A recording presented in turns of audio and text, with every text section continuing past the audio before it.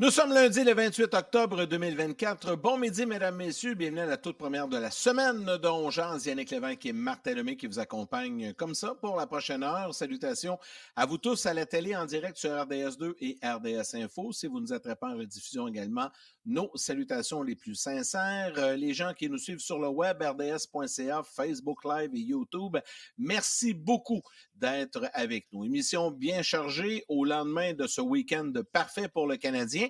François Gagnon et André Roy seront avec nous. Nous aurons également les échos de vestiaire du côté du Kraken de Seattle, le prochain adversaire du Canadien demain, qui sont à Montréal vers 12h30. Et dans les prochaines minutes, c'est congé pour le Canadien aujourd'hui. On vous présente un résumé des propos tenus hier à l'issue de la rencontre à Philadelphie. Salut Martin, bon midi, comment vas-tu? Bon midi, mon Yann, j'avais bien, sauf que mon micro est dans le chemin. Ah, ben là, il y a pas une...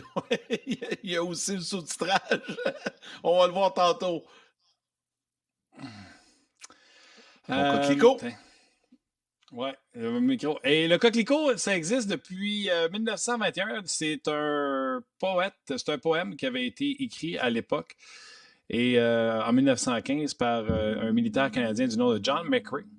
Et il avait dit dans son poème que les coquelicots poussaient à travers les cadavres, les soldats décédés dans les tranchées de la Belgique. Et malgré la terre dévastée, le coquelicot poussait. Alors, c'est en se procurant un coquelicot qu'on rend hommage à ces gens qui ont fait le sacrifice ultime. Donc aujourd'hui, Yann, et jusqu'au 11 novembre, nous porterons le coquelicot et on salue toutes ces familles, que ce soit de près ou de loin, qui ont été impactées. Il y en a que c'est leur grand-père, il y en a que c'est leur père, il y en a que c'est... Peu importe, on vous salue. Tout à fait. C'est une très, très belle salutation, Martin. Et tu l'as dit, jusqu'au 11 novembre prochain, en souvenir de nos vétérans. Bon, avant d'aller retrouver François, allons du côté de Philadelphie hier après le match, puisqu'on vous a présenté un petit montage des propos recueillis dans le vestiaire et avec l'entraîneur-chef Martin Saint-Louis. Oui, on avait beaucoup de confiance en rentrant dans le week-end. Comme je l'ai dit, on a fait nos devoirs, on a étudié, on était prêts pour les tests. Avec le voyagement hier soir et tout, les gars ils ont montré que c'est qu'ils sont capables de faire. C'est sûr, le côté offensif est toujours important. Moi, je suis content comment on se défend. Puis, même à soir, on se trouve qu'on s'est bien défendu. C'est sûr, les 3-4 dernières minutes, ils ne reflètent pas ça, là. Ouais.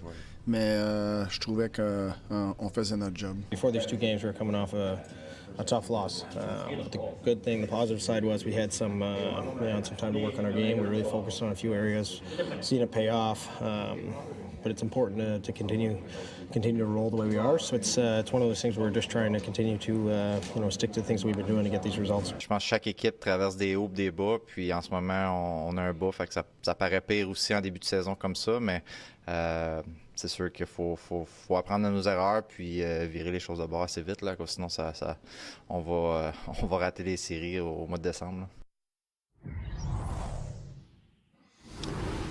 Oui, c'est la même chose pour le Canadien de Montréal. On veut pas... tu vois, c'est la date de la Thanksgiving américaine. Là. Si t'es pas dans le portrait cette date-là, souvent, là, c'est ça va mal. François Gagnon, salut! Salut, bonjour, Frank. Bonjour, messieurs. J'ai pas le coquelicot, vous m'en excuserez. J'ai des petits points rouges sur ma chemise, par exemple, à quelque part. Et c'est pas parce que j'ai pas de coquelicot que je comment est-ce que je dirais ça? Que je n'endosse pas totalement les paroles que vous avez prononcées en début d'émission en soutien et en respect aux vétérans. Et comme je dis à tous les ans, aux plus jeunes qui se demandent les vétérans, c'est des vieux bonhommes, ça. Oui, mais il y avait votre âge, ces vieux bonhommes-là, quand ils sont partis au front et puis qu'ils sont allés défendre la démocratie. Alors, ça fait toujours du bien de s'en rappeler. Hein? Il faut se rappeler d'où on vient pour savoir où on s'en va. Exactement. Bien dit. François, je disais la semaine passée, alors que, écoute, c'est vrai que le Canadien ne jouait pas bien. Le Canadien avait joué un bon match en 7. Mais j'ai dit, si le Canadien gagne les 2 matchs du week-end, et c'est possible, ils sont à 500 et le mix est encore là, le mix. Tu vois comment ça fait du bien, ces 2 victoires-là. C'était pas parfait, mais on est à 500. Ça change vite, hein? Oui, mais 500, t'es pas dans le mix, là. Mais de toute façon, ça, c'est pas un problème. Ils sont là en ce moment, ce matin. Mais le simple fait qu'on recommence à parler de ces choses-là aujourd'hui démontre à quel point ces 2 victoires-là, moi j'ai intitulé ça dans ma chronique de ce matin, des victoires apaisantes. Parce qu'il y avait de la grogne qui s'est installée la semaine passée, une grogne qui était démesurée, puis qui s'explique facilement. C'est qu'il y a eu trop de jours de congé entre la dernière défaite humiliante et la séquence de revers et le match suivant qui était samedi contre les Blues. Il y a eu trop de jours de congé, donc à un moment donné, la grogne s'amplifie. Puis samedi soir, le Canadien a disputé un meilleur match. À mes yeux, le Canadien a été beaucoup moins bon samedi soir qu'il l'a été hier. Si les Blues de Saint-Louis avaient été un peu plus, j'ai employé l'expression incisif souvent, ben, si le Blues avait été plus incisif samedi, il aurait profité des nombreuses erreurs défensives du Canadien. Mauvaise couverture en zone défensive. Cole Caulfield là, qui regarde Jake Neighbours marquer devant lui, ça n'a aucun sens, ça. Et ce but-là a ramené les 2 équipes à 2-2. Mais il y a eu combien d'attaques en surnombre des Blues de Saint-Louis qui n'ont pas été capables d'en profiter? Il y a eu des bons arrêts de Montembeault. Et ce qu'il y a eu surtout, c'est qu'il y a eu une production offensive, autant samedi que dimanche, ce qui fait que quand tu as un petit coussin, tu aides ton gardien de but à avoir un peu moins de pression, parce qu'un but accordé ne t'entraîne pas vers le fond. Et donc, la production offensive a été meilleure. Les gardiens ont donné des arrêts importants.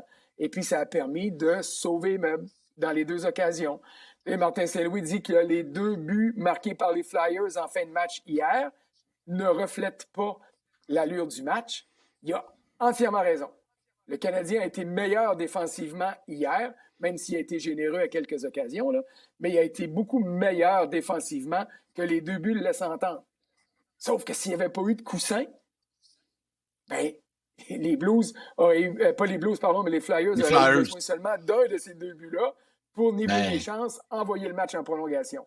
Alors, on voit à quel point il y a des petits détails qui sont importants, mais Martin, 2 victoires, peut-être une autre demain, et puis ça va juste calmer tout le monde, mais il ne faut pas oublier le fait, c'est que le Canadien est encore en construction et que le Canadien est encore plus près d'un bon choix au pêchage que des séries éliminatoires.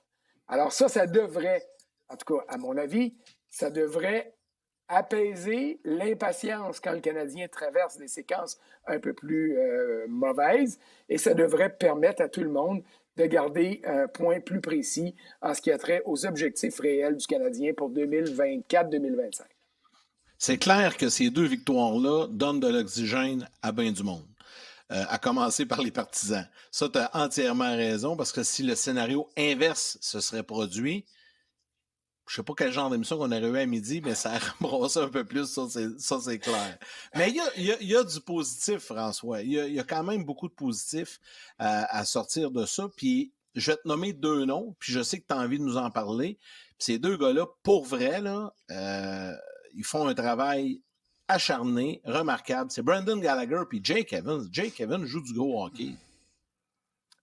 Pour moi, ce sont les 2 attaquants les plus constants du Canadien depuis le début de la saison. Bon, là, il y a du monde qui s'étouffe avec leur bouchée de sandwich puis ils disent « Hey, Gagnon, c'est parce que Caulfield est parmi les meilleurs marqueurs de la Ligue nationale depuis le début de l'année, là, avec ses 8 buts en 9 matchs. » Et ça, c'est tout à fait vrai. Mais Caulfield n'a pas été aussi constant dans ses performances que l'ont été Gallagher et Evans. Sauf que Gallagher et Evans n'ont pas la touche de Caulfield et n'ont pas été récompensés au niveau de la production offensive également, si tu veux, ou proportionnellement aux efforts qui avaient été déployés. Hier, ils l'ont été. Puis Gallagher, moi j'aime toujours ça, me servir de Gallagher pour dire à ceux qui en doutent, allez dans les zones payantes, et peut-être que vous allez être récompensé. Pas parce que c'est des bonnes mains qui a marqué son but hier, c'est parce que la rondelle est allée dans l'enclave, la rondelle l'a frappé puis a dévié derrière le gardien des Flyers. Alors, récompense ici. C'est pas parce qu'il a fait une super belle passe à Jake Evans que Jake Evans a marqué. C'est parce que les Flyers ont été ses talons là-dessus. Mais Gallagher l'a vu, décoche une passe qui est sur une espèce de tir frappé, son bâton casse, la rondelle avance. C'est drôle parce que... Ce train va loin. Oui, mais on a pris des exemples de Pierre au curling, là, tu sais, qui arrive, là, t'es obligé de balayer pour faire avancer. Là. C'est à peu près ça qui est arrivé hier. Mais ça donne une passe parfaite à Evans qui marque sur un tir sur réception. Alors, des gars qui avaient besoin d'être récompensés l'ont été, que ce soit par les dieux du hockey ou par l'anémique défensive des Flyers. Choisissez ce que vous voulez là-dedans. Mais moi, j'étais content de voir ça. Parce que tu peux demander et tu dois demander à ton premier trio d'être le plus incisif à l'attaque. Mais ce premier trio-là a besoin d'aide aussi. Puis depuis le début de la saison, l'aide ne venait pas. Elle est venue en fin de semaine, elle est venue hier soir et samedi, l'éveil de Kirby Dach, contribution d'autres joueurs qui sont venus en appui. Joël Armia a marqué dans un filet désert, mais au moins, il a marqué. Et hier soir, ce que tu as vu de Evans et de Gallagher, qui pour moi représente exactement ce que tu as besoin pour gagner, c'est-à-dire un effort collectif d'abord, mais un effort collectif qui réussit à aller graffiner la patinoire pour aller chercher un but ici puis un but là, pas tout le temps de la plus belle des façons, mais d'être sûr de profiter des occasions que l'adversaire t'offre pour te créer un coussin ou pour te garder dans le match. Ouais, ben, tu dis c'est le bel exemple que c'est ça que ça prend. Moi, je vais te dire, c'est ça que ça prend si tu veux gagner en série parce que ces gars-là jouent de la bonne façon. Jake Evans, là, c'est phénoménal ce qu'il fait. Moi, pour vrai, là, toutes les petites choses qu'il fait, c'est incroyable. Et le Canadien aura une décision contractuelle à prendre avec lui. Il coûtera pas cher. Il coûtera pas cher. Il fait 1,7. D'ailleurs, ça, c'était un des rares bons contrats qu'on avait donné à Jake Evans à l'époque. Parce qu'à 1,7, on lui donnait une protection parce qu'il avait été commotionné assez souvent, merci. Et le Canadien prenait la chance de dire que s'il devient le joueur qu'on pense, ça sera un bon contrat. À 1,7, je vais te dire, c'est un superbe contrat à Jake Evans. Puis moi, je vais rajouter Josh Anderson là-dedans, les gars. Anderson, là, son contrat, c'est un mauvais contrat, point, comme celui de Gallagher. OK? On n'aura jamais pour notre argent avec eux autres. Mais si Anderson donne ce qu'il donne depuis le début de l'année, qui patine, plus souvent qu'autrement, pas tout le temps, finit ses mises en échec, joue en désavantage numérique, patine pour les rondelles en désavantage numérique, puis les garde le long de la bande, le long du jaune, comme on dit, comme on a vu hier contre les Flyers de Philadelphie, puis qui bloque des lancers, j'en parlerai plus de son 5 millions. Il est utile. C'est parce que l'an passé, il était inutile. Puis, il fait partie du trio. Là, je comprends Gallagher, Evans, c'est eux autres, peut-être que ça tourne plus autour de lui, mais je suis très satisfait de ce trio-là, là, au complet. Et tu as raison de le souligner, j'aurais dû mentionner Anderson. Peut-être que je l'ai trop mentionné au cours des dernières années, puis j'essaie de trouver quelque chose de positif sur lui. Pour les mauvaises raisons. Et là, je l'ai mis de côté. Mais tu as raison, Gallagher et Evans ne font pas ça seuls. Hein? Ils sont appuyés comme il faut par Anderson, qui n'a pas la touche qu'on croyait qu'il avait, qui est loin d'avoir le sens du hockey qu'on croyait ou qu'on pouvait imaginer qu'il avait, ça, c'est clair. mais qui, en ce moment, est utile. Puis là, on ne fait pas un rapport qualité-prix parce que c'est pas à ça. De toute façon, ça ne coûte rien à nous autres. Là. Alors, c'est pas comme si nous autres, on avait besoin absolument d'un bon rapport qualité-prix, mais il faut qu'il donne de la qualité. Et dans son niveau d'implication, il donne de la qualité puis permet à ce trio-là d'être efficace. Combien de temps ça va durer? On ne sait pas. Là. Gallagher va se fatiguer. Rendu à Noël, Gallagher, il va commencer à pomper l'huile. Puis c'est normal, il est plus vieux. Il a beau s'entraîner, il a beau faire tout ça, c'est simplement naturel. Alors, faut en profiter pendant que ça passe. Il faut profiter de ce que ton adversaire te donne quand ça passe. Et le Canadien ne l'avait pas fait souvent assez dans les 7 premiers matchs. Il l'a fait en fin de semaine et c'est tant mieux. Oui, c'est tant mieux. Quelques salutations, parce qu'il y en a une spéciale que je ne veux pas rater. Vite, là, j'y vais comme ça sur YouTube. Jean Malo, Serge Adam, Benoît Savard, Jocelyn McKinnon sur YouTube. Vicky Girard, Dave Mascotte, Alexandre Bernier, Jean-Guy Lambert et un fidèle auditeur qui célèbre aujourd'hui son 80e anniversaire. de naissance, Gilles Poisson, qui nous écoute présentement. Puis je lui ai promis que j'étais pour le saluer en ondes. Alors Gilles, qui est un grand amateur de hockey, que je salue. Martin, avant que j'enchaîne avec une question, je pense que tu as levé la main, tu avais des salutations également. Oui, des réguliers de la page On Jase. J'aime ça dire son nom comme si j'étais Michel Lacroix au centre. Dominique Palladini, un régulier. Robert Brière également un régulier. Claude D. Tu sais que Jean-Luc Pigeon est toujours là, puis il complète sur ce que je disais, puis son commentaire a déjà 6-7 pouces. Ça continue les pouces à s'additionner. Jean-Luc, il dit ça prouve une chose dans le cas d'Evans. Dans la bonne chaise, c'est plus facile d'aimer certains joueurs, puis pour Evans, de jouer avec autre chose que Pezzetta puis Lonen, ça va l'aider. Ben, c'est ça, bon, c'est ça aussi. Bon point. François Cellera, salutations. Christian Drolet, Claude Marion, Nicolas Ferraro. Je pourrais tout vous nommer, mais je préfère vous faire un gros câlin. Alors voilà. Et moi, j'ai une question du public. Elle vient de Pierre Trépanier qui fait référence à notre discussion sur Evans et sur YouTube. Pierre qui te demande, François, Evans va coûter combien à Montréal la saison prochaine? Il va avoir une idée de grandeur à peu près? C'est une bonne question. C'est pas trop cher, mais... Ben, c'est pas trop cher, mais ça va être certainement en lien aussi avec la durée de contrat. Est-ce que tu veux avoir de la sécurité si tu es Evans et que tu es prêt à laisser un peu d'argent? On le disait tantôt, il touche un salaire d'1,7 ou ça, c'est la moyenne. Ça, c'est sa moyenne salariale. Alors, faudrait, puis là, j'ai pas malheureusement nos amis de Cap Friendly sont plus là, mais Puckpedia puis les autres, là. Est-ce que 1,7, c'est sa moyenne salariale ou c'est le salaire qu'il touche cette année? Alors, je te le donne tout de suite. Si son agent a été, 1,7. Disons, clair, 1,7 partout. 1,7 partout. Bon, ben, si son agent avait structuré son contrat pour que la dernière année de son contrat soit un salaire plus élevé, ben, pour garder ses droits, tu dois lui donner une augmentation à ce moment-là. Mais Evans peut-il aller doubler ce salaire-là? Je pense pas.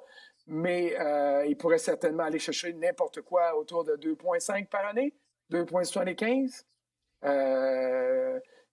S'il est capable d'ajouter une production offensive à son efficacité sur la patinoire. Et ça va clairement dépendre de ses compagnons de trio et des mandats que tu lui accordes. Parce que s'il joue sur un quatrième trio avec des gars qui ne sont pas capables de marquer, ben c'est sûr que sa production offensive va décliner. Mais dans la manière dont il est utilisé présentement, et lorsque Gallagher ralentira, il n'est pas dit qu'un gars comme Kapanen ne pourrait pas lui donner l'occasion de marquer des buts. On l'a vu en tir de barrage. Lui et Emil Henneman ont des bons tirs. Il reste à être capable de transposer ce que tu fais en tir de barrage en action concrète à 5 contre 5, alors que c'est pas mal plus dur, mais écoute, ils commencent, ces deux-là. Alors, on voit ces statistiques à l'écran, mais j'aime beaucoup le titre du graphique, là, un apport complet. Alors, est-ce qu'il pourrait aller chercher n'importe quoi entre 2,5 et 3 millions? Je suis convaincu. Et si le Canadien n'est pas prêt à donner ça, je suis convaincu qu'une autre formation serait prête à lui donner ce type de contrat-là. Oui. Puis, tu sais, son mise en jeu, je sais qu'il est en bas de 50 %, mais c'est parce que c'est lui qu'on envoie contre les meilleurs présentement, là, un peu ce que Monahan faisait. Là. C'est ça. Donc, c'est un 48. Il faut toujours faire attention sur certaines des mises en jeu. C'est contre qui tu prends ces mises en jeu-là. Hey, les gars, c'est pas dans la liste des sujets, ni avec François, ni avec André, mais il faut glisser un mot pareil sur la stupidité qu'on a pu voir en début de match quand Couturier a attrapé Kirby Dach, puis que Jacky est allé voir, puis c'est pas quelque chose que François aime. Jacky est allé voir Couturier. Couturier, en dépit, il a fait « Ben oui, je vais laisser tomber » en regardant l'arbitre. Couturier laisse tomber les gars en premier. Et Sealer, qui est un défenseur, part de la défense, s'en vient chercher Jacky, enlève ses gants, et j'ai même mis une photo sur les médias sociaux qu'on voit l'arbitre qui pointe un des deux gars des Flyers parce qu'il pointe sur le dessus de la pile et Jacky est en dessous. Puis que ça finit que c'est juste 2 minutes pour Jacky. Moi, je trouve qu'on vient d'ouvrir une canne de bine. C'est pas un panier de crème. Prenez l'expression que vous voulez. Parce que là, n'importe qui à cette heure peut laisser tomber ses gants pour séparer des joueurs. Parce que là, il y a des coups quand même qui ont été donnés. Manqués, mais donnés quand même. Bref, j'ai trouvé ça d'une stupidité consommée. Puis je partage ton avis. Et là, je ne parle pas ici de Arber Jacky. moi, j'ai trouvé que Xhekaj a fait preuve de maturité sur ce jeu-là. Oui. Il va voir Couturier puis il dit « Hey, j'ai pas aimé ça, puis tu vas payer pour, ou, tu sais... » Puis il n'est pas arrivé en fou, en jetant les gants, puis en s'assurant de pogner des punitions, tu sais, le trifecta de punition qui fait que tu le sors de la partie.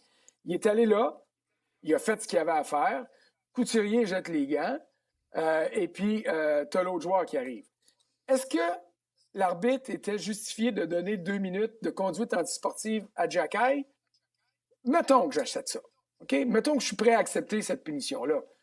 Bien, il faut que tu annules la pénalité en donnant 2 minutes au joueur qui est venu s'interposer, qui aurait pu, dans un contexte différent, s'il y avait eu bagarre, être accusé d'avoir été le 3e homme. Là.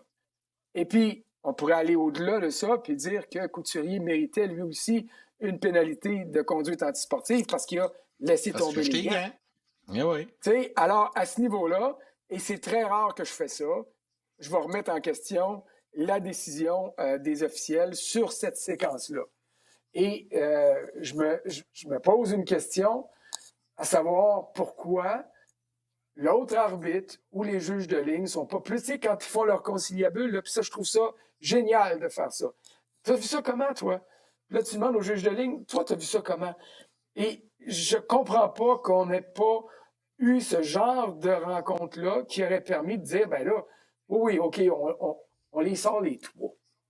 T'sais? Mais ils ont jasé entre eux autres, là, mais je peux même pas comprendre le résultat. Je peux même pas comprendre comment il y en a un qui a dit « Hey, on sort juste Xhekaj », les 3 autres ont fait « Hey, on le fait. » Celle-là, honnêtement, je la comprends. Mais personne ne comprend. Puis, regarde, j'ai critiqué Xhekaj souvent pour des interventions qui, à mes yeux, étaient mal gérées. Mais hier soir, il a fait ça, je vais dire une expression de pépère, là, mais il a fait ça comme un grand. Il a fait ce qu'il avait à faire. Puis, finalement, il aurait peut-être été préférable pour Xhekaj, quand Couturier jette les gants, de jeter les gants lui aussi, puis d'entreprendre un combat de cette manière-là. Les deux auraient été chassés.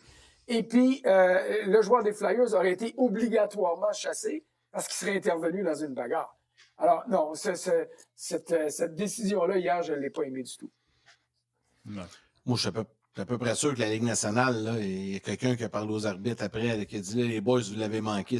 Parce que là, tu sais, on critique, puis tu sais, des fois, je lis les commentaires des gens, c'est facile de planter les arbitres puis la Ligue, mais surtout, ils plantent la Ligue. Mais tu sais, c'est sûr qu'à la Ligue nationale, il y a quelqu'un d'un bureau qui a vu ça, puis qui a appelé le superviseur des arbitres, puis qui ont eu une rencontre, puis ils ont eu une discussion, mais ils l'ont échappé, là. Fait que, il y avait un superviseur des arbitres. Il y avait un superviseur des arbitres sur la galerie de presse. Il est allé voir ses officiels après le match. Il a sûrement mentionné ça. Et puis, le grand boss des arbitres, il revoit à tous les jours. Ces 2 officiels-là ont eu sur leur rapport vidéo une note qui n'était pas une très bonne note ce matin. Le sous-titrage vous est présenté par Golftown. L'événement démo est de retour du 31 octobre au 3 novembre. Détails à golftown.com. Ouais, ça, t'as raison, François. Ouais. Il mérite une note comme moi j'avais en histoire le matin parce que mes cours étaient le matin puis j'avais mangé un gros bol de Fruit Loops puis après le de sucre, j'en retombais puis là je m'endormais. Il faisait son cours sur l'acétate. C'est le même genre de note qu'il devrait avoir, ces arbitres. Hey, l'acétate, ça trahit ton âge, mon ça fait longtems, ça. On est loin des PowerPoint là, quand on parle d'acétate. Ouais. Fait que t'avais des notes qui ressemblaient à tes morceaux de Cheerios. Ouais, écoute, j'étais le même dans le cours d'histoire. C'est bon. 2e, 3e, 4e période, j'étais correct, mais mon dent de sucre, je l'avais en histoire à tous les fois. C'est ça, je te dis, c'est le même. Aujourd'hui, ils sont mieux équipés que dans mon temps. Je peux pas croire que je dis ça, dans mon temps. Vas-y, Yannick. Ouais. Ah ben écoute, c'est clair, c'est comme ça, mais là, tu t'es trahi par toi-même avec ton histoire d'acétate. Faut faire attention, François. Tu sais, là, on est content, le Canadien a gagné, les partisans sont heureux, on revient dans le mix, comme on dit, on s'amuse avec ça, évidemment. Mais, tu sais, il y a encore des lacunes défensives, là, puis quand Martin Saint-Louis dit « Ah, moi, j'aime notre jeu en défensive », je comprends que tu peux l'aimer mieux en fin de semaine, mais il y a quand même encore des lacunes. Il ne faut pas se laisser endormir avec ça. Puis hier, une chance qu'il ne restait pas 2-3 minutes de plus parce que j'ai l'impression qu'on s'en allait en prolongation. Oui, puis ça aurait été un signe, pas un signe, mais ça aurait été une conséquence d'un manque d'expérience. Alors, Ouais, quand Martin Saint-Louis dit qu'il aime la manière dont son équipe s'est défendue, je suis plus d'accord sur le match d'hier que sur celui de samedi. Mais quand on regarde la nature des erreurs, tu sais, hier soir, Struble, c'est-tu en fin de deuxième ou en fin de première? Il reste comme une quinzaine de secondes à la période. Puis au lieu de dégager son territoire, il ramène la rondelle en arrière. Pezzetta se ramasse pris avec ça. C'était une mauvaise décision. Il n'y a pas eu de conséquences fâcheuses, mais tu vois, les prises de décision attribuables au manque d'expérience, ou je devrais dire les mauvaises prises de décision attribuables au manque d'expérience, ça arrive. C'est normal. C'est ça qui fait partie de l'apprentissage. On en a vu beaucoup trop samedi soir, un peu moins hier, mais que ça vienne de Struble, que ça vienne de Xhekaj, c'est normal. Martin Saint-Louis a mis de la pression sur Xhekaj la semaine passée. J'étais bien content quand il a dit il est jeune, mais c'est plus une recrue, là. Il y a un niveau de responsabilité à assumer sur la glace. Je suis entièrement d'accord. Mais tu regardes la brigade défensive du Canadien, puis, tu sais, Xhekaj vient de franchir le plateau des 100 matchs en carrière. Struble n'est pas proche de ça. Barron s'en vient là. Lane Hudson, il y a le plateau de 10 matchs en carrière. Alors, c'est normal qu'il y ait des décisions sur la glace, surtout en défensive, qui ne soient pas les meilleures à prendre. Et ça, c'est des gars comme Savard, des gars comme Matheson, qui vont expliquer aux plus jeunes. Et prenons l'exemple de Matheson. Il en prend des mauvaises décisions sur la glace, Matheson. Mais des fois, Matheson, avec son expérience et avec le formidable coup de patin qu'il a, des fois, c'est pas des mauvaises décisions comme il prend des chances. Parce qu'il sait qu'il est capable de revenir puis de ce que les autres sont pas en mesure de faire. Et ça, on l'a vu samedi, souvent avec les 2 contre 1, les 3 contre 2, les descentes en surnombre qui ont été accordées aux Blues. Hier, c'était plus hermétique. Peut-être que le phénomène du deuxième match en 2 soirs a fait que Stéphane Robida et Martin Saint-Louis étaient en mesure d'obtenir du jeu plus conservateur en défensive. Ça pourrait être une piste d'explication, mais il en demeure pas moins que j'ai aimé comment le Canadien s'est comporté dans ces 2 matchs-là contre des clubs qui ne sont pas les Rangers de New York ou qui ne sont pas les Devils ou qui ne sont pas les Kings. Mais c'est correct, ça. Le Canadien affrontait en fin de semaine des clubs contre qui il devrait mieux paraître que contre les Rangers. C'est juste normal. Et il a su trouver une manière de tirer avantage de ces match-ups-là, de ces duels-là. Et c'est pour ça que moi, je considère que tout ça, c'est apaisant ce matin. Il faut juste qu'on ne s'énerve pas le poil des jambes, tout le monde, puis se dire OK, là, ils sont repartis. Là. Puis Caulfield, c'est sûr, 40 buts, même que 50, là, puis le trophée Maurice Richard est à sa portée. J'exagère, là, mais c'est juste pour montrer que, en dépit des commentaires positifs qu'on a, après un match positif, pas juste à cause de la victoire, là, mais après un match positif, ben, il ne faut pas que ça lève le niveau d'attente et d'espoir, au même titre que quand on a des commentaires normaux qui sont négatifs après un premier match, ou après un mauvais match, je devrais dire, ben, il ne faut pas que ça nous fasse piquer du nez et dire à tout le monde, ben là, ils n'en gagneront plus cette année. Puis ça a écorché un peu Martin Saint-Louis la semaine passée, et c'est une maudite bonne affaire, parce que Saint-Louis, c'est à la glace quand il était joueur, et ça, il l'a dit lui-même, quand le monde doutait de moi, c'est là que j'étais le meilleur. La semaine dernière, il y a du monde qui ont commencé à douter de lui comme entraîneur. Ben, ça va peut-être le chatouiller assez ou le pistonner assez pour qu'il passe à une autre étape. C'est correct. Non, puis son point de presse là, de vendredi, il n'était pas comme les autres. Là. Il a dit des citations qu'il n'a jamais. Il était choqué, ouais. tu le voyais. Ouais. Écoute, puis il était préparé par Chantal parce que il a amené, c'est lui qui l'a amené son sujet, sa critique. Là. Je suis content que tu me parles de ça. Pourquoi je prendrais la critique d'un gars que je ne demanderais pas conseil? Écoute, ça, c'est de l'art. Ça, c'est excellent. Ça, c'est de l'art. Après ça, quand il a parlé de Xhekaj, il a dit « Moi, je veux avoir la meilleure version d'Arber Xhekaj. Il n'est plus une recrue. » Il n'a jamais dit ça de qui que ce soit dans la vie. Quand il a parlé de son système défensif, ça aussi, ça l'a chatouillé. Il a dit, c'est parce qu'il a déjà dit qu'il y avait du gris, que tout n'était pas noir et blanc. Il a dit « It's black and white. Si tu ne peux pas déceler le noir du blanc, tu n'as pas d'affaires dans la ligue. » Il n'a jamais dit ça. Et il a dit qu'on enseigne de toutes les façons, puis si c'est pas capable d'apprendre, tu ne peux pas aider cette équipe-là, puis ton temps va descendre.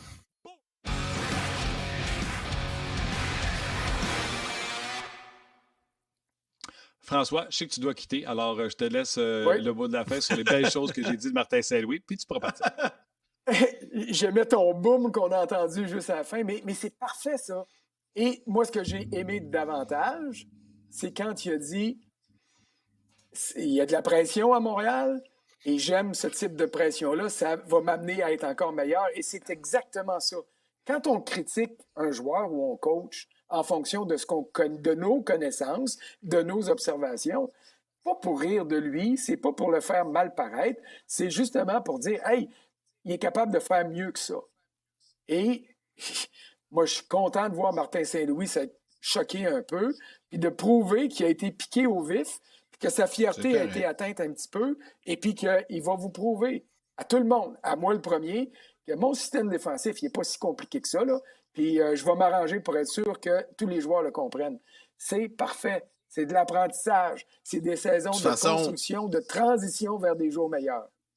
Oui, puis mieux de s'habituer parce que c'était la première fois, puis ça sera sûrement pas la dernière. Ça va arriver encore. C'est sûr, ça va arriver encore. Parce qu'un jour, ça va aller mal. On lui souhaite que ça aille bien. Mais à un moment donné, ça ira pas bien. À un moment donné, ça va être deux défaites dans un week-end comme ça, puis le lundi, on va être un peu plus incisif. Mais c'est ça. L'important pour n'importe quel club, mais surtout pour un club en construction, c'est pas tant de coller des victoires. Oui, c'est le fun. Mais c'est de s'assurer que les séquences de défaites sont le moins longues possible.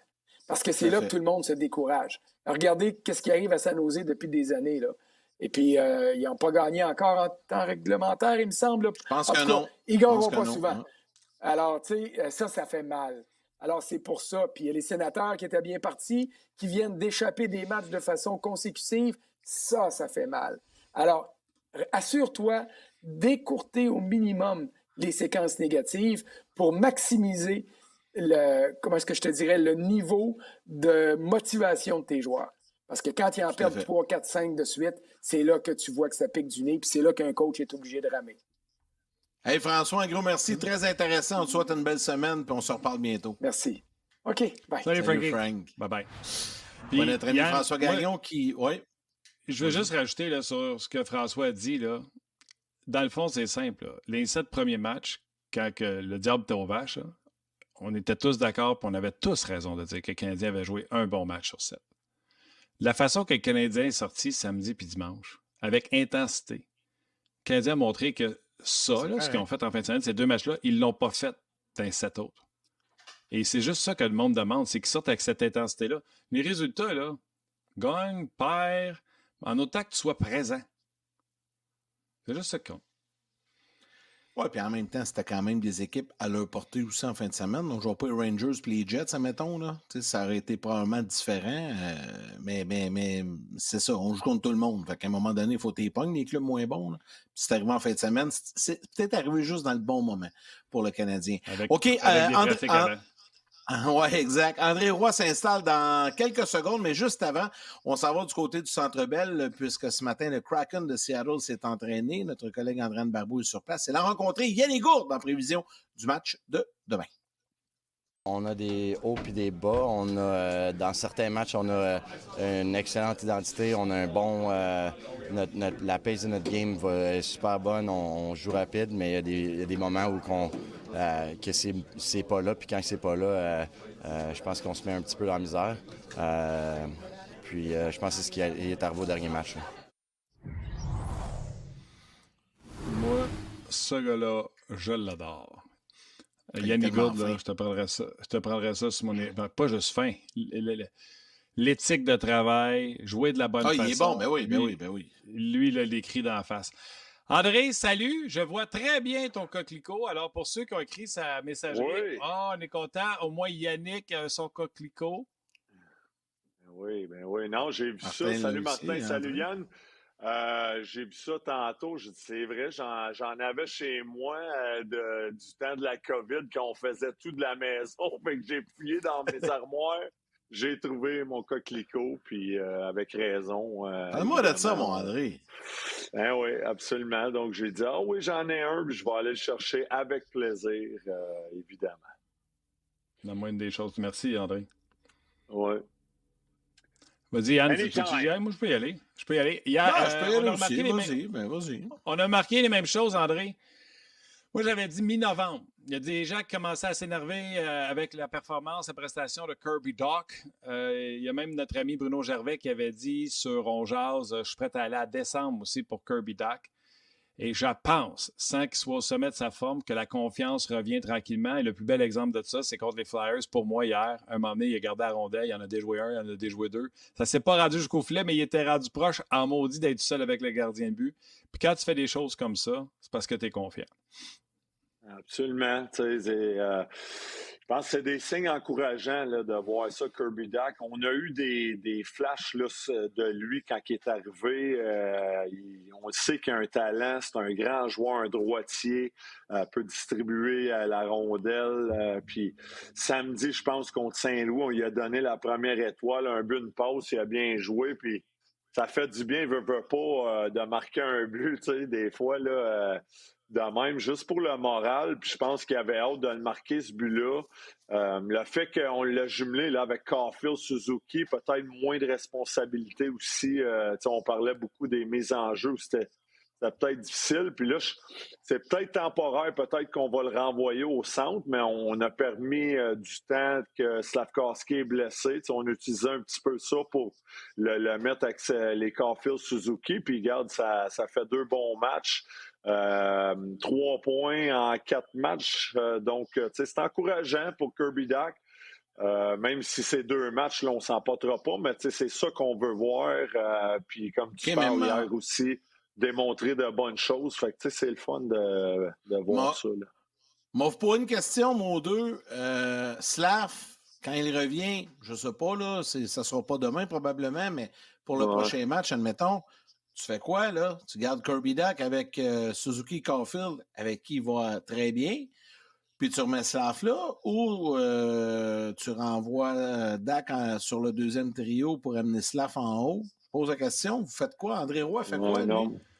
Moi, je pense que je vais mettre Slav avec Caulfield puis Suzuki. Je ramène Slav sur le premier trio. Ça marchait bien aussi, eux autres, là. Puis, tu sais, tu veux pas... Slafkovský, il est encore jeune aussi. Il revient dans l'alignement. Puis là, on le met avec Noah Armia ou... bref, peu importe là, qui qu'on veut mettre avec. Mais je pense que ça marchait bien également avec Suzuki Caulfield. Revient de sa blessure. Je pense que tu le remets là. Puis Dach, tu sais, ça a été bref. Mais je pense de le remettre, il y a peut-être une petite confiance qui s'est installée. Tu le remets avec Noah. Même Heinemann, on en a parlé un peu. J'aillerais pas, on parle de Noah, mais au pire, un Heinemann à sa gauche qui est grand, gros, capable de bien protéger la rondelle, un excellent lancer, si c'est pas Noah. Au pire, on mettra Noah puis Heinemann, un des deux qui ira à droite. Armia qui est là présentement, mais je pense que moi, la bonne chose, là, on va voir, là, je pense que je remettrais Kirby Dach à la deuxième ligne. Pour ce que vous en pensez, moi, c'est ma... Yann, je vais te donner la réponse de coach. On l'a assez attendu ici. Écoute, Yannick, on prend les décisions quand ça sera le temps de prendre les décisions. Parce qu'aujourd'hui, si je te dis Slafkovský, je le retourne ça à 1, mais quand Slafkovský revient, il y en a un autre de blessé, ça change tout. On ne sait jamais si c'est au jour le jour, Yannick. Mais Martin va dire, comme André, si c'est à soir qui revient, Slafkovský s'en va sur 1. Sais-tu pourquoi? Parce que je veux Kirby Dach comme centre, puis je veux Kirby Dach de quand l'année a fini, pas l'année qui vient de se terminer, l'autre d'avant qui était dominant. On mettait n'importe quel ailier avec lui, puis ça fonctionnait parce qu'il était le meilleur joueur sur la glace. Puis c'est à ça que ça sert un bon joueur de centre. Il rend tout le monde meilleur autour de lui. Donc, je veux Kirby Dach sur une 2 et je suis encore patient jusqu'à mi-novembre pour revoir le Kirby Dach. Même s'il n'est pas game shape, la confiance commence à revenir, comme André l'a dit. Donc, c'est ça que je veux. Puis, je suis d'accord avec André. Peut-être descendre Armia Kapanen en bas, puis monter Heinemann avec Newhook. Heinemann, l'avoir sur son... Je l'aime, moi, Heinemann. Et lui dire, décoche, on le sait que tu as un lancer foudroyant, mais les Européens, tu le sais, André, ils vont placer la rondelle en fond de territoire, ils vont jouer de la bonne façon avant de s'ouvrir les patins puis de se reculer pour avoir un lancer sur réception, tu sais. C'est ça, puis il n'a jamais vraiment eu son opportunité. Là. On a assez quelques fois là, des matchs, ça allait pas bien. On voyait Heinemann, là, on jonglait avec les trios, mais pourquoi pas il donner une véritable chance avec Dak. Puis pour rejoindre ce que tu disais, là, le monde va dire « Ouais, mais Dak, il était bon à l'aile, là, on le ramène au centre, puis il y a de la misère au centre des mises en jeu, il était pas là. » Mais c'est pour ça que tu as un bon point. Je pense, Slav, on le remet avec ces deux Suzuki Caulfield, ces deux compatriotes, puis Dak, regarde, moi, je pense que le fait d'avoir joué ces 2-3 matchs-là avec Suzuki Caulfield, ça lui donne une petite confiance. On le ramène, pourquoi pas Heinemann, puis Newhook, puis ensuite, de là, regarde, je pense qu'il faut qu'il sorte lui-même aussi. Les fameuses mises en jeu, moi, je pense qu'il y a un potentiel pour être centre, mais il faut qu'il joue, il faut qu'il soit là souvent, justement, pour s'améliorer. Tu sais, on parle beaucoup des mises en jeu, mais si on le met à l'aile puis on abandonne, il ne s'améliorera jamais. Fait que pourquoi pas le laisser là? Puis je pense que déjà là, juste le fait d'avoir joué un petit peu avec les deux autres, il revient ça à deux, puis il va avoir cette confiance-là, je pense, pour aider justement Heinemann ou Armia ou Newhook, peu importe qui va être avec. Bon, André, on va parler de ton protégé un peu. Je dis ton protégé dans le bon sens parce que je sais que tu l'aimes beaucoup, puis le style de joueur, puis moi aussi, je l'aime, je le veux dans l'alignement. Mais c'était le retour dans la formation d'Arber Xhekaj. On en a parlé brièvement un petit peu avec François tantôt. Hier, il s'est très bien comporté là, avec Couturier et tout ça. Il a pensé et tout ça, puis je sais que c'est pas facile, là, puis tout, t'es le meilleur gars pour nous en parler. Comment tu l'as trouvé en fin de semaine, Xhekaj? Quand même bon. Il a été laissé de côté 2 matchs. Là, il revient dans l'alignement. Il y a quelques lacunes encore défensivement, je dois dire. Là, il y a quelques fois qu'il se fait prendre ou que... hier, il y a une des passes, justement, qui s'est faite, je pense qu'il était avec Maillot sur la patinoire. Il y a eu une semi-échappée des Flyers, si tu veux. Puis Xhekaj, on dirait, il regarde, il est trop... là, je pense qu'on l'a tellement... on y parle, c'est sûr. Il pense trop. Il y a trop de... Ouais, il pense trop d'informations dans la tête. Il veut bien faire, mais on le voit même, il joue avec le bâton trop serré, ce qui veut dire qu'on dirait qu'il est super nerveux, il a la rondelle, il veut faire la bonne chose. Il y a des passes à un moment donné que c'était samedi, je pense, une passe de base, là, une passe que tu devrais réussir. Un peu en arrière du joueur. Il y a quelque chose en même, j'ai remarqué, mais en gros, il veut bien faire, il veut pas, surtout pas prendre de pénalité. On le voit dans sa façon de faire, peut-être pas aussi agressif. On l'a vu des matchs qui frappaient, puis les joueurs entraient en zone du Canadien, puis ils fermaient l'espace justement entre lui et le porteur de la rondelle. On dirait là, il recule, il veut pas faire d'erreur, mais quand même bien, puis il faut lui laisser du temps lui aussi pour qu'il reprenne un petit peu de confiance. On voit les propos de son entraîneur aussi. C'est sûr qu'il en entend, il y en a des échos de ça. Ça joue peut-être dans la tête, mais il faut juste qu'il veut faire la bonne chose, on le voit présentement. Un petit peu de temps, il va venir, il va s'en sortir tranquillement, la confiance va revenir. Faut pas oublier, il a encore 23 ans. Là, souvent, le monde, on le critique. T'es encore un jeune défenseur. Hier, évidemment, je sais que vous en avez parlé brièvement, Martin, François, toi, Yannick. Moi, je trouve, ça, c'est une autre. La Ligue nationale... C'est vraiment gênant, là, la punition qu'ils ont donnée hier avec Sealer qui s'en vient, Nick Sealer. Et je comprends qu'il vient en défense de son capitaine, Sean Couturier. Mais Arber Xhekaj, il a juste adressé la parole en lui disant « T'as frappé Kirby Dak ». On veut qu'il ait ce rôle-là, qu'il soit là pour protéger nos petits joueurs. Fait qu'il adresse la parole, Sealer rentre, il jette les gants, puis c'est Couturier qui a jeté les gants en premier. C'est juste Xhekaj qui se fait punir. C'est là que tu vois la réputation d'un dur. Ça aurait été Goulet, Savard, il y aurait sûrement eu les 2 minutes de punition. Sealer qui arrive, c'est un 3e homme. C'est sûr qu'il doit être puni, là. C'est une punition de 3e homme qui vient dans une altercation. Il a enlevé ses gants, il a jeté ses gants. Ben oui, c'est ça. Fait que c'est sûr qu'il méritait au moins un 2, sinon un 10 minutes mauvaise conduite, peu importe. Mais quel mauvais call de la ligne des arbitres. Puis c'est sûr qu'ils vont sûrement parler de ça, j'espère, là, la Ligue nationale, là, ceux qui sont en charge des arbitres. Mais mauvais call. Puis Xhekaj paraît mal là-dessus. Mettons que les Flyers marquent sur l'avantage numérique. Là, on planterait tout Arber Xhekaj. Quelle punition inutile. Il a méritait-tu vraiment, les gars? Je pense pas. C'était vraiment une erreur des officiels. C'est ça qui est plate avec Herbert Jacquet. Ça laisse, là, est tellement courte. Il n'y a pas de marge de manœuvre pour le gars. Il ne peut pas faire d'erreur. Puis ça aurait pu changer le match hier, juste cette punition-là. Les Flyers prennent les devants, puis ça aurait été une autre rencontre. Aujourd'hui, on le planterait tout. Ouais. Moi, je suis d'accord. Par contre, il a mieux joué. Moi, je l'ai dit 1000 fois, je veux que Jacquet soit un bon défenseur avant d'être un bon redresseur de tort. C'est ce que je souhaite pour Jacquet parce que je veux pas qu'il se batte à tous les jours. Je veux qu'il soit juste une présence intimidante comme Chara l'a été. T'sais, je sais qu'il n'y aura pas d'autres Chara, mais vous comprenez le principe que je veux dire. Puis à Montréal, on a besoin. Martin pouvait savoir contre qui il l'utilisait. Il l'utilisait avec Mailloux. Il est arrivé à Philadelphie, il n'y a pas de dernier changement, donc ça a été Jacquet avec Madison, puis il a envoyé Struble avec Mailloux. Et quand il s'est rendu compte que de l'autre côté, on ne mélangeait pas, puis que c'était toujours la même line-up, la même ordre des trios, il a dit, je vais remettre Jacquet avec Mailloux, puis je vais pouvoir gérer quand est-ce que je les envoie sur la patinoire pour pas qu'ils se ramassent contre les meilleurs trios adverses. Bref, il a mieux paru. Mais cette histoire-là, hier, c'est une vraie joke. Tu es en train de me dire... Attends, je vais faire sourire à André. T'es-tu en train de nous dire que Saint-Louis a out-coaché Tortorella hier? En train de te dire que Tort n'a pas fait de grands changements quand il a vu son équipe. Mais avez-vous vu hier Tortorella une couple de fois? On a mis la caméra sur lui, là.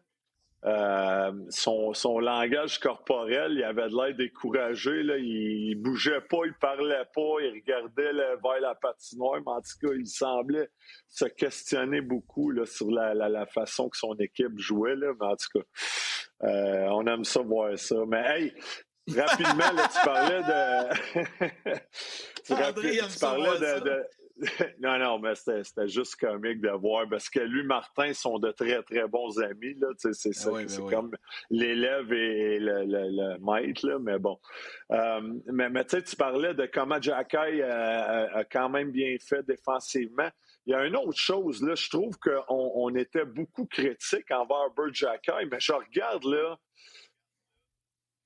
avant même la blessure de Barron, défensivement, Mailloux aussi défensivement, Struble une couple de fois aussi m'a dit, tu sais, on critique beaucoup Herbert Jacquet défensivement, il fait des erreurs, mais m'a dit, les trois gars que je viens de nommer aussi, mais ils en font des erreurs, fait que, tu sais, je trouve qu'on est plus critique envers Herbert, que c'est difficile dans son territoire, mais je regarde les matchs, là, on va dire des fois Struble, puis tu sais, ça a été quand même bien en fin de semaine, là, mais il y a des matchs que quand Herbert jouait pas, c'était difficile. Là, Mailloux, il est bon, il a un bon lancer, il supporte l'attaque, mais défensivement, il se cherche beaucoup aussi, puis c'est normal, là, c'est un jeune, puis il commence au niveau de la Ligue nationale, mais il y a d'autres gars aussi, à part Herbert Jacquet, qui fait que défensivement, dans leur zone, là, c'est pas facile, là, donc... Non, t'as raison. Tranquille. Non, mais c'est correct. On l'oublie, là. C'est l'apprentissage. Fait que ça va arriver. Moi aussi, je suis content de voir. En tout cas, hier, il a très, très bien réagi dans la situation. Puisqu'on est dans les défensives, que tu m'as dit tantôt, hey, je sais, Yann, je ne veux pas me répéter, mais il faut en parler. Il est-tu bon, Lane Hodgson, offensivement? Encore en fin de semaine, hein? Il patine, il bouge avec la rondelle. On parlait beaucoup de candidats recrues de l'année, puis j'ai dit, il va être là, mais je pensais encore, évidemment, on l'a vu hier, un peu Michkov, évidemment, à San Jose, le premier choix. Je pense qu'il est blessé. Aidez-moi, là, son nom m'échappe. Mais bref. Non, pas Vendili. Voyons. Lui, là! Voyons! Celebrini! Merci, Celebrini! Moi aussi, j'avais fait une daily dans la tête. Celebrini, merci. Hey, tu m'as fait hésiter mon temps. Oui, exactement. Puis même à Dallas, le jeune allié droit, ça va bien le matin. Ça un autre que tu sais plus son nom.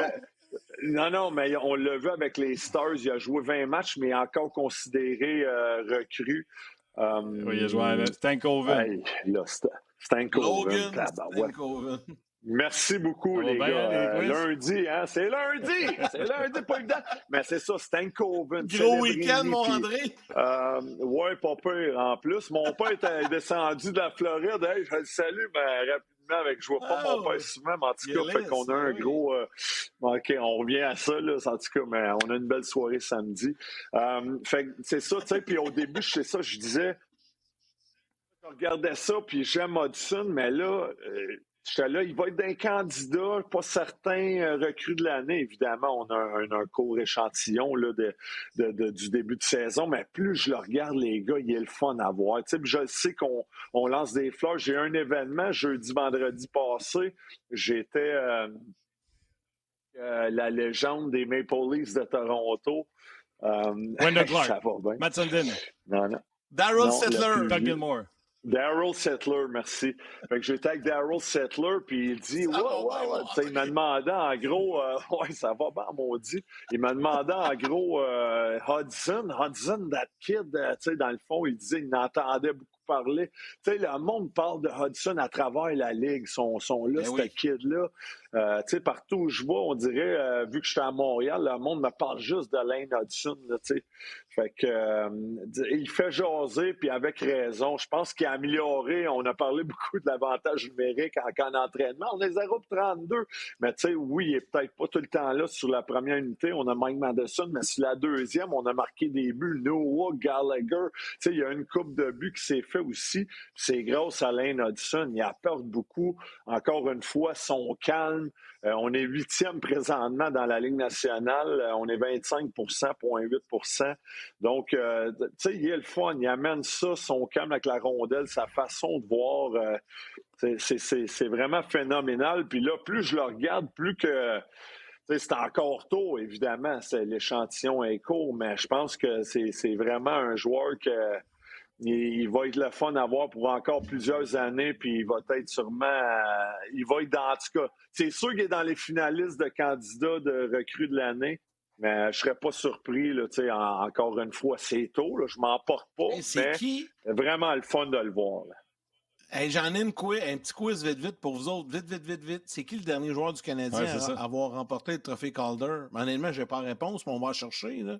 Mais Martin, c'est peut-être... Candidat Ryder, qui l'avait perdu à Andrew Ryder. Ouais, non, mais là, je parle de gagnant.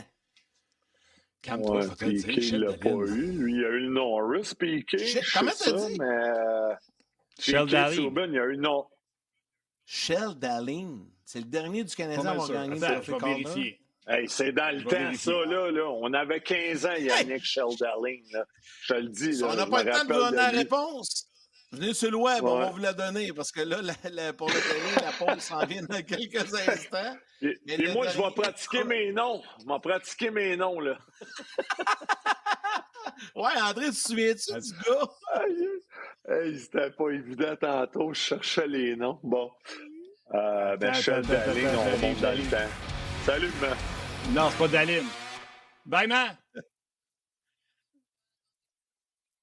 Honnêtement, je me souviens même pas que Shell Dallin a gagné le trophée Calder. As-tu gagné le trophée Calder, Shell Dallin? C'est pas Dallin. C'est pas Dallin. Arrête, c'est ça. C'est pas Dallin. Ken Dryden, en tout cas, l'a gagné. Chelios aussi, il était... Non, Ken Dryden, le dernier. Imagine, ça fait longtemps, mais bon, bref. C'est quoi, en 74, ça? 73, dans ces années-là? Ouais. Hey, ça Ryder avait été finaliste à Raycroft en 2003-2004. Ouais. C'est vrai, Ryder avait été bon, mais ça démontre-tu comment, puis là, je lance pas de tomates aux recruteurs du Canadien, mais pareil, tu sais, ça passe souvent par le repêchage. On a eu des premiers choix, là, que ça a fait chou blanc, là, c'est. Non, mais tu sais, des Tenordi, des McCarron, des Louis Leblanc, puis des... On a eu des premiers choix qui auraient, les attentes, la barre était haute, puis ça n'a jamais donné. C'est rendu qu'il faut remonter dans le temps de Ken Dryden pour recrue de l'année. Ça en dit long sur comment que, fou, hein, quand même. ça n'a pas été vargeux là, au niveau du repêchage là, dans les dernières années. Non, mais c'est ça pareil, puis je veux pas planter les recruteurs, parce on ne sait jamais, puis c'est difficile de trouver vraiment le joueur. Puis des fois, c'est circonstances, le timing, les joueurs avec qui tu joues, mais bon, ça fait longtemps, moi, t'as dit, là, c'est vraiment dans le temps de Ken Dryden, hein, mon Marty? C'est ça le temps que ça fait. C'est ça, c'est 71, 72, je pense. Wow! 71, 72. Ah, ça serait le fun pour vrai. Hudson, là, ça... Ouais. Un autre que tu n'as pas nommé, je pense, c'est Justin Wolfe, avec le gardien but. Tu sais, il est gardien but partant avec les Flames. Les Flames vont bien. Ouais. Will Smith. Mais bon. Ça va être Michkov, Stankoven. Moi, je pense qu'Hudson, il va être là. Il va être là, Hudson. Je ne dis pas s'il va gagner, mais il va être là. C'est sûr. Tout le monde parle de lui. Tu l'as dit, André, tout le monde parle de lui dans la ligue. Hey, André, il ne reste pas grand temps, puis je sais que tu voulais en parler, parce que toi, tu me disais, Yann, ça va être spécial. Ce soir, c'est le retour de Steven Stamkos à Tampa Bay. Il va avoir sûrement une petite présentation, quelque chose, je ne suis pas mal sûr, mais Nashville qui affronte le Lightning ce soir. Tu sais, il a quand même été capitaine, il était là. Et combien de saisons à Tampa? Au moins une dizaine? 16 saisons. 16 ans. C'est incroyable quand même. Là. Ça va être le genre de fête un peu comme on a fait, j'imagine, à Martin Saint-Louis ou à Vincent Lecavalier quand ils sont revenus.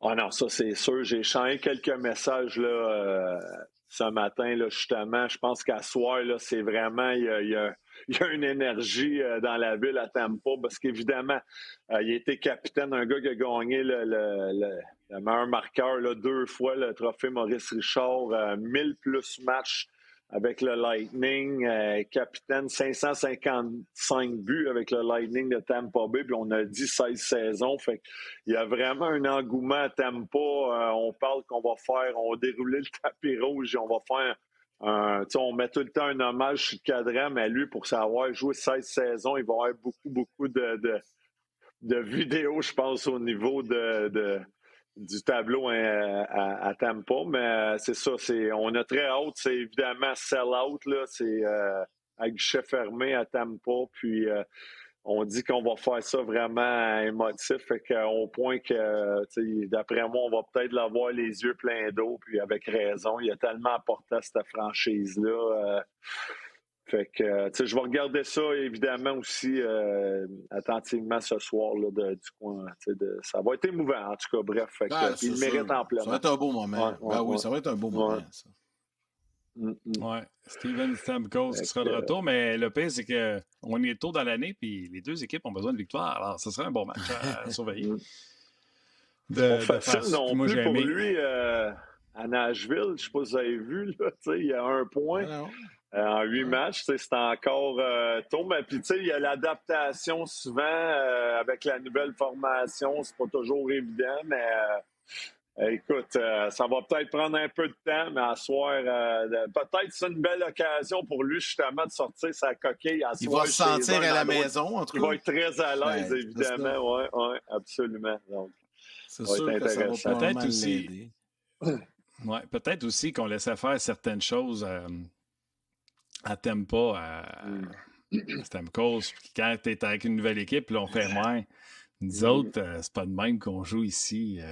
C'est plus responsable. Ouais, c'est ça. C'est ça. Possible. Ça, c'est sûr que... Premièrement, c'est sûr que tu as une nouvelle place, une nouvelle organisation. Le changement, c'est différent. C'est un nouvel entraîneur. Le message, système de jeu, il faut donner, même Marchessault, un petit peu là, dernièrement, mais lui aussi, il faut laisser le temps de s'adapter. Là. Un peu comme on dit avec Kirby Dach, tout. Laissons-leur le temps, patience. Mais hey, Stamkos, je pense qu'il y a encore ça en lui, capable de marquer des buts, de le prouver. On va le voir, mais check bien ça à soir s'il ne sort pas de sa coquille. Mais c'est sûr que 2 buts, 2 passes. C'est nouveau pour lui. Oui, c'est ça. Mais tu sais, le changement, des fois, c'est pas évident. Puis même moi, là, quand j'ai tout dit à Tampa, j'étais là 5 ans, puis j'adorais ça. Je me sentais chez moi, c'est niaiseux, là, mais tu sais, j'ai été par la suite à Pittsburgh. J'ai jamais été, on dirait, capable de prendre mon envol. Je me sentais pas aussi à l'aise, aussi apprécié. Tu sais, c'est bizarre comment ça se passe. À Calgary aussi, j'ai terminé là. je dis pas que j'ai pas aimé ça, mais on dirait il y a comme une vibe, la façon où les choses sont runnées, toutes. C'est juste des fois, c'est surtout, tellement bien à un endroit, puis c'est de même que ça se passe. Surtout, André, quand tu es là pendant 16 saisons, à un moment donné, c'est un changement drastique quand tu es habitué au même endroit. Ben, nous autres, André, on va te garder, on t'aime bien, on va te retrouver la semaine prochaine. Si tu fais 16 ans, nous autres, tant mieux, mais nous autres, on va être contents. 16 ans, je pense pas qu'on va se rendre là, mais il nous en reste quelques bonnes devant nous encore, ça, c'est sûr. Salut, mon André. Absolument. Les gars, merci. Allez, les noms des recrues. On s'en reparle. Salut. C'est comme une chronique quiz. Ouais, puis personne n'avait la réponse. On était bon au bout. Un gros merci, André Roy. J'ai fini par l'avoir. Oui, c'est vrai. T'as gagné le quiz, mais ça a été un petit peu long. Merci, André Roy. Merci à François Gagnon. Merci à toute notre équipe de production en régie à RDS. Merci à Valérie Gautran, notre réalisatrice. Merci à Christian Daou au contenu. Mathieu Bédard aux médias sociaux et à vous tous, les jaseux, d'être avec nous et de nous suivre. Demain, en marge de l'affrontement Kraken canadien, on sera là sur le coup de midi avec Marc-André Dumont et Gilbert Delorme. Bonne journée, les jaseux. T'as pris ce matin en plus de ça. Hein? Bonne journée, les jaseux. Salutations à vos mères, à vos enfants.